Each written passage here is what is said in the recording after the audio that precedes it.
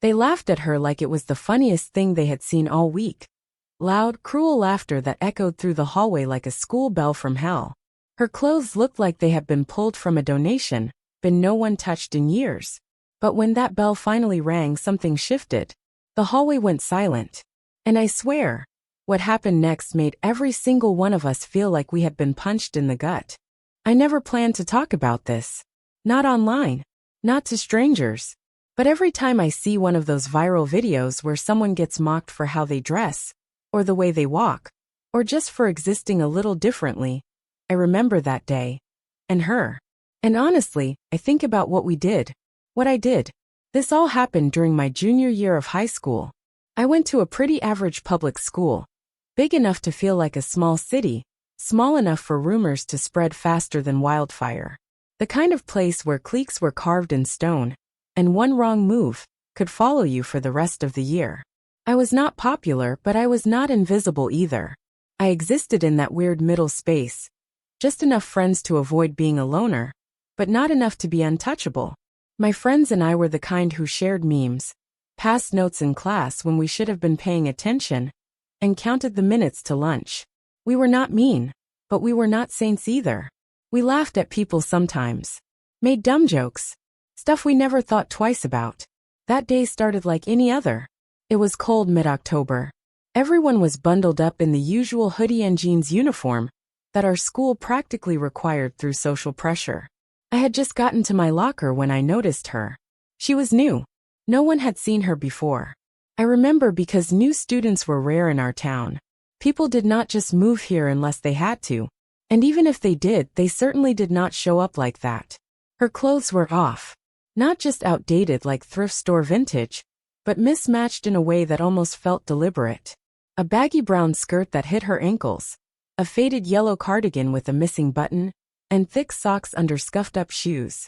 She looked like she had stepped out of a different era, or maybe out of a storybook someone left in the attic too long. Some kids started whispering right away. Others were bolder. They laughed. Not loudly at first.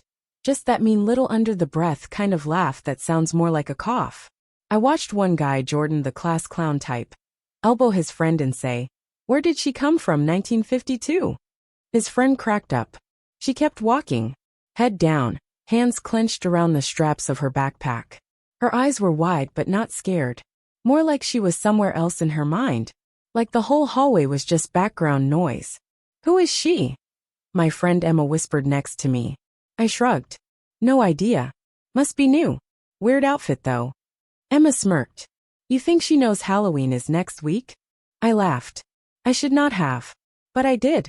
And that was all it took. The jokes grew louder.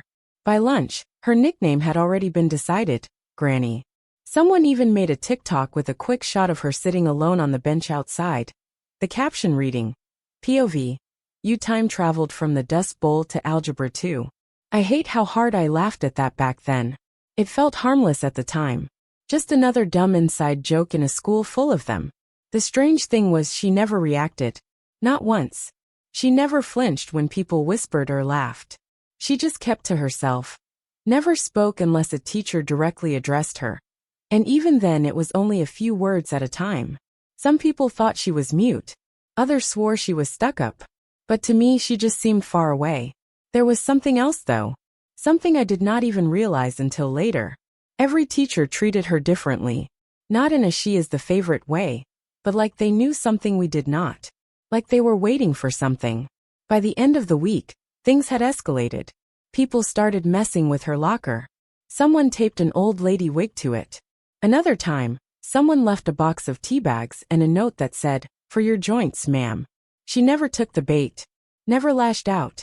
Never cried. It was like she was waiting. I remember one moment really clearly. Friday morning. We were all in homeroom, bored out of our minds, when she walked in, same weird clothes, same far-off stare.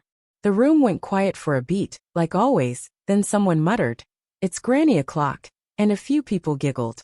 She sat down at the back, opened a notebook, and started writing. Not doodling or texting, writing. Fast like her hand could barely keep up.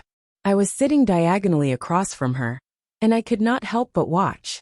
There was something intense about the way she moved. Focused, like whatever she was writing mattered more than everything happening around her. That was the moment when I felt it for the first time. A shift. A weird little chill down my neck. Nothing dramatic, just this whisper of a thought.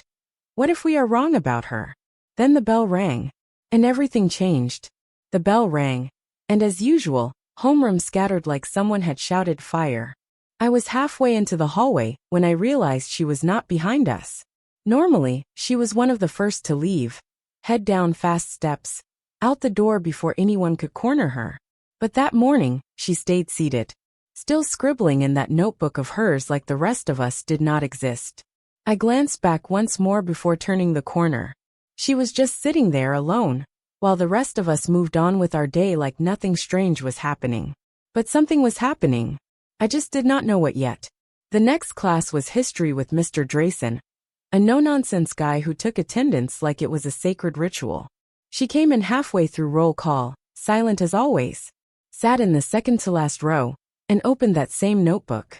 The whispering started again, low at first, but it grew louder with every passing minute. Someone 2 rows up tossed a crumpled paper her way. It bounced off her desk, hit the floor, and she did not even blink. Drayson shut it down quickly. Grow up. All of you. But the damage had already been done. She was the spectacle of the week, the walking meme. And kids, we are brutal when we think we are being funny. At lunch, she sat alone again. Same bench, same spot near the edge of the courtyard. I remember watching her from the cafeteria window while I ate my sandwich, chewing slower than usual. She had pulled out the notebook again, and was flipping through pages, pausing at some, frowning at others. Every now and then she would glance up, scanning the courtyard like she was looking for something, or someone. Then just before the end of lunch, something new happened. She stood up. Now you have to understand. Up until that point, she barely moved unless it was from class to class. She would sit stiff, still like she was trying to blend into the furniture.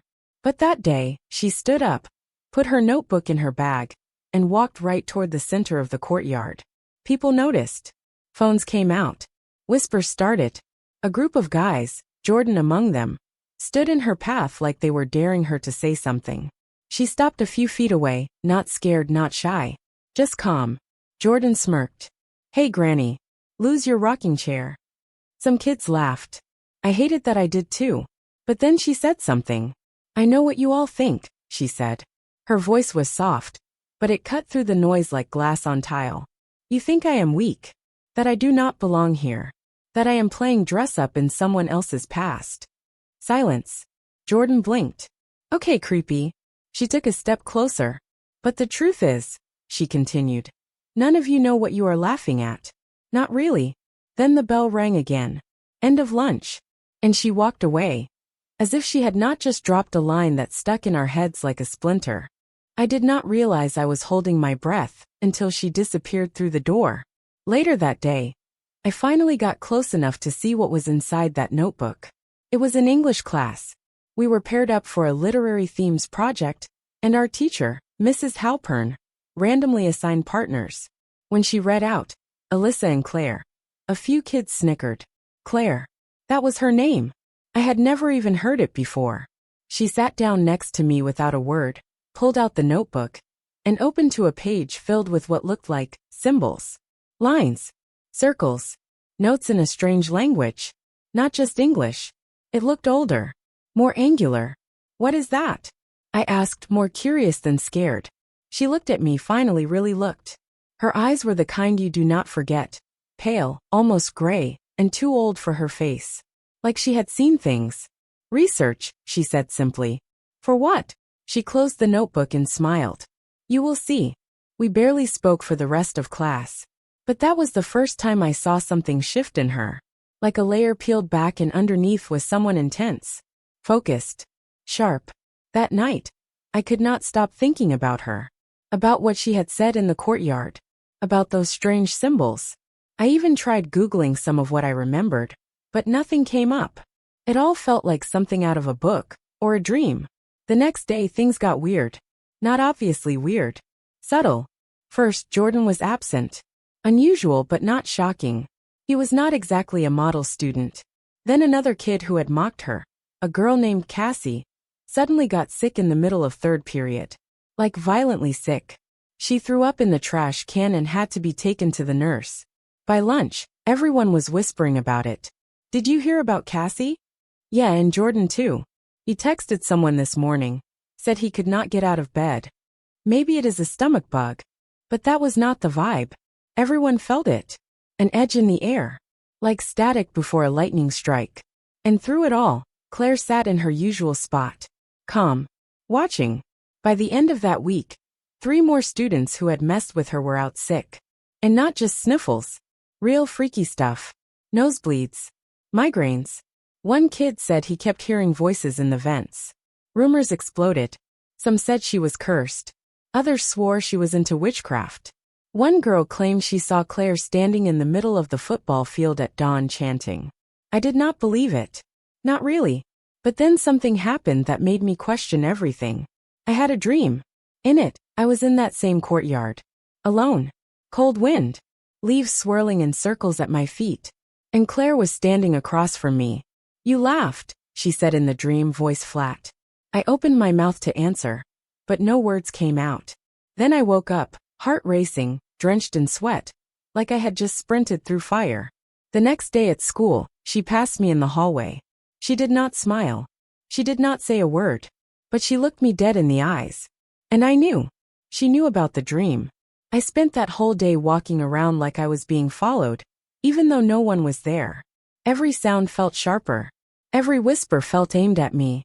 And Claire was always just close enough to notice, but never close enough to confront. It was like she existed in the corners of things. I tried to shake it off. Told myself it was just a dream. Just my brain messing with me. But then I overheard 2 girls in the bathroom whispering. She said she dreamed about her too. Claire? Yeah. Same as me. Same courtyard, same cold wind. She said her name. Out loud. In the dream. I stood frozen in the stall until they left. My heart was thudding like a drum. They had the same dream. By the time I left school that day, the air had changed. No one was laughing at Claire anymore. People moved out of her way in the halls. No more TikToks. No more notes on her locker. Not a single joke. Just silence. That night, I could not sleep. Every time I closed my eyes, I saw her face. Her gray eyes. Her voice saying, "You laughed." Again. And again. At 3:17 a.m., I sat up in bed and did something I had never done before. I messaged her. It was a stupid, desperate message. Just, "Can we talk tomorrow? Please." I almost expected no reply. But within a minute, the 3 dots popped up. Claire, yes. Claire. Meet me in the old science wing. Lunch. The old science wing had been closed for renovations over a year ago. It was dusty, half forgotten, and completely off limits to students. No one went there. Which, of course, made it the perfect place for a conversation I was absolutely not ready for. All morning, I was sick with nerves. What was I even going to say? Sorry I laughed? Would that matter? Could it undo anything?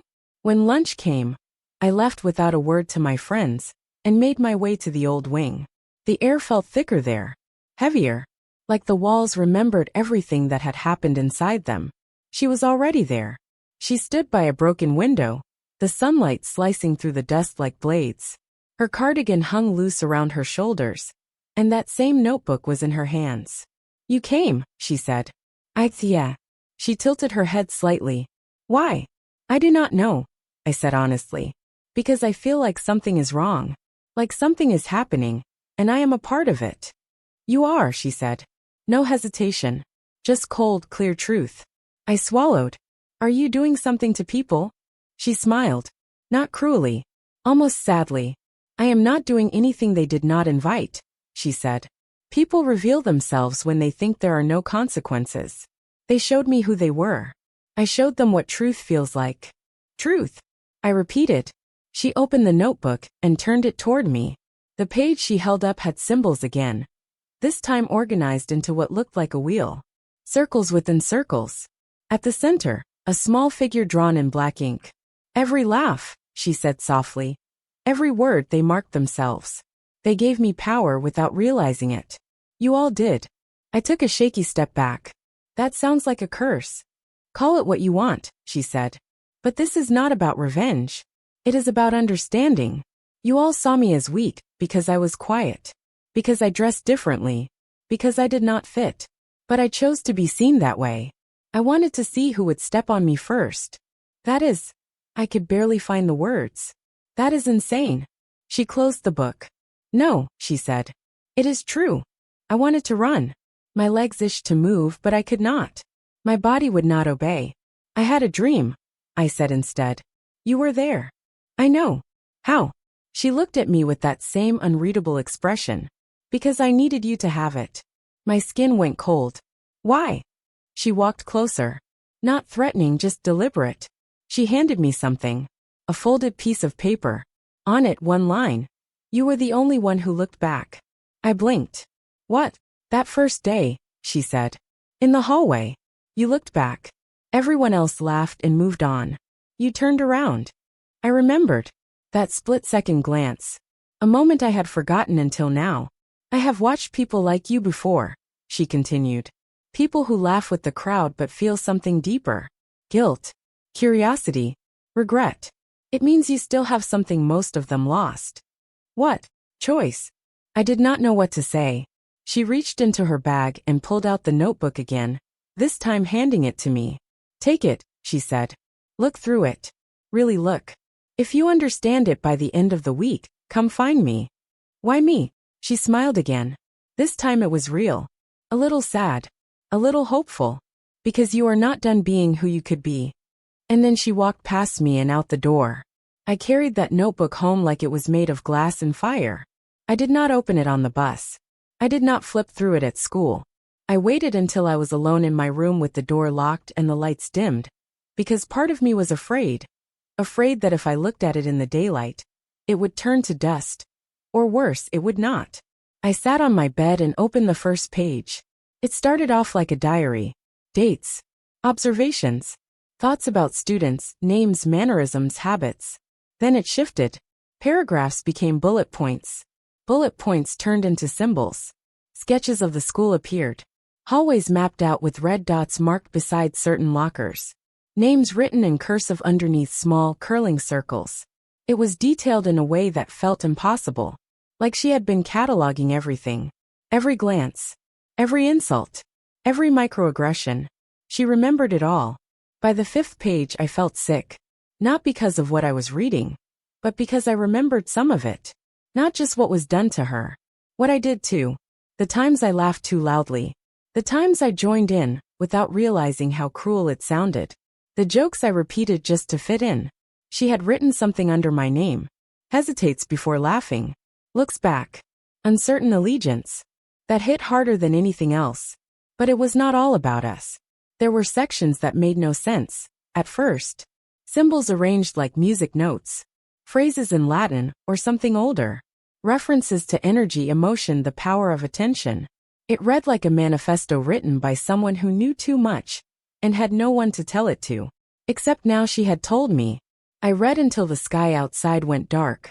I was barely blinking when I reached the back pages. There, tucked into a folder at the end of the notebook, was a single sheet of paper. It was a map. Not of the school this time, but of something else.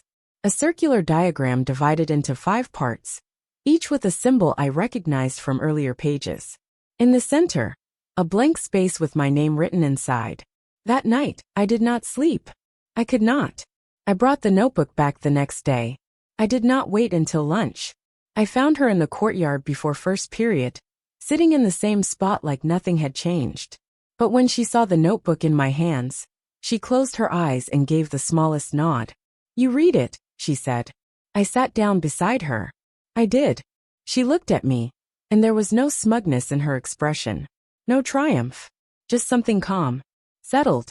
I need you to explain something, I said. She waited. Why me? Okay, I looked back. I hesitated.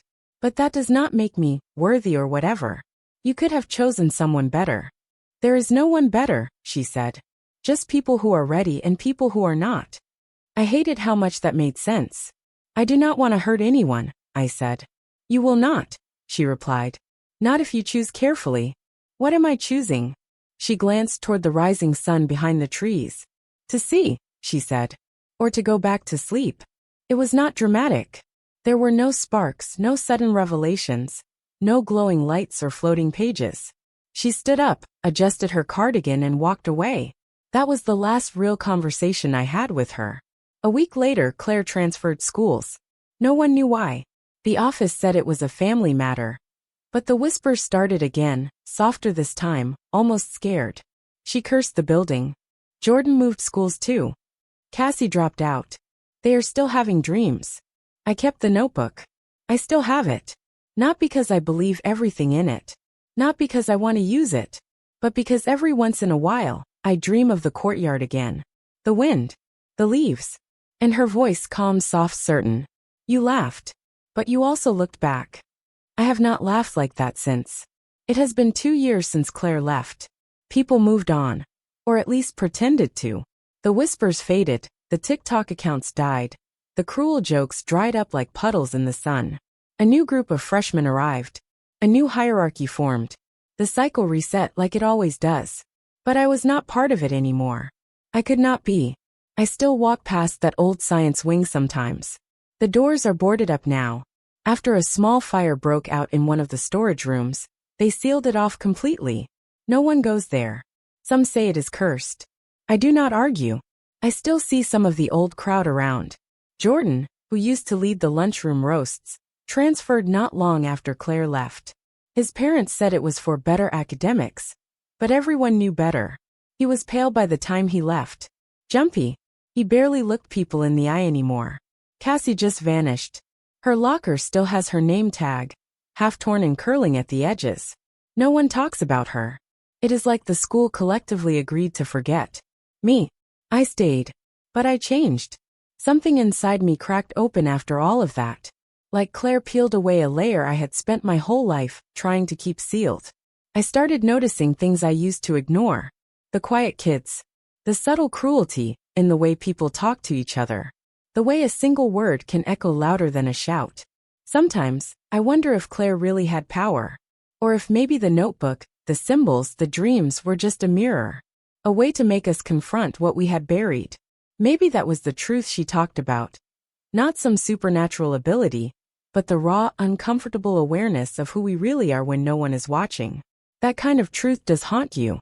I have not opened the notebook in months, but I still know exactly where it is. Top shelf of my closet, under the box of old medals and unused journals. I keep it wrapped in a brown paper bag, not because I am hiding it, but because it deserves respect. It changed me, and maybe that is all she ever wanted. I have caught myself becoming the person I was before. That old instinct to laugh along, to blend in, to protect myself by joining the noise. It still flares up now and then. But now, I see it for what it is. Fear. Not of the group, but of standing apart from it. And I think that is what Claire really understood. She knew how terrifying it is to be alone. To be other. But she chose it anyway. She wore those baggy clothes. She walked through the halls like a shadow. Not because she was weak, but because she was not afraid to be seen as weak. There is power in that. Real power. Lately, I have been thinking about reaching out to her. I have her email. She scribbled it in the back of the notebook, under the words, "If you ever want to keep looking." But I do not know what I would even say. How do you thank someone for changing your life without meaning to?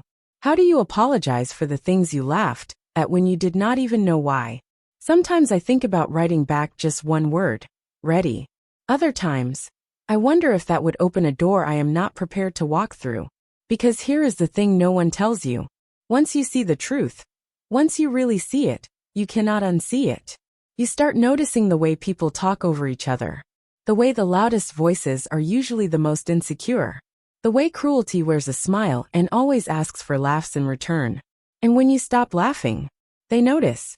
They ask why. They get nervous. Because somewhere deep down they feel it too. That invisible thread tugging at their conscience. That fear that one day, someone might do to them what they have been doing to others. And maybe that is what Claire's power really was. Not a curse. Not a spell. Just a spotlight.